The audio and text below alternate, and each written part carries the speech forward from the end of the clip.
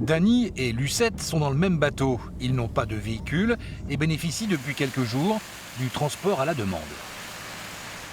Ça me permet de me déplacer sur l'île, parce que c'est compliqué de se déplacer ici, vous savez. Ouais. Voilà, D'aller faire ses courses par exemple. d'aller faire mes courses. 18 destinations pour se rendre un peu partout dans l'île. Et ce matin-là, Lucette, elle, est bien arrivée à l'heure pour prendre sa correspondance vers le continent. Je suis toujours à l'heure avec la Nouvelle-Aquitaine. Non, c'est vrai que ça rend service, c'est vrai. Vous voyez, je ne peux pas conduire, j'ai un problème à la hanche. Et mon médecin à Saint-Pierre m'envoie à La Rochelle. C'est moi qui vous ai envoyé le message ce matin pour vous confirmer votre prise en charge. C'est surtout, on va dire, la motivation. Voilà, métier de motivation et de on va dire, contact principalement et de service public. 5 matinées par semaine. Il faut réserver la veille, 4 € l'aller-retour. Voilà pour les chiffres.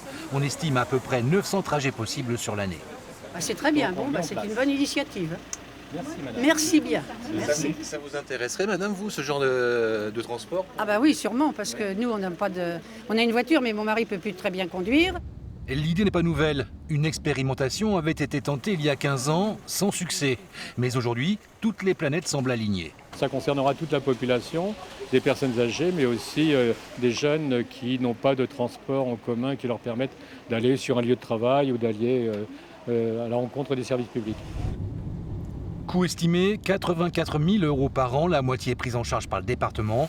L'expérimentation devrait durer jusqu'en 2025.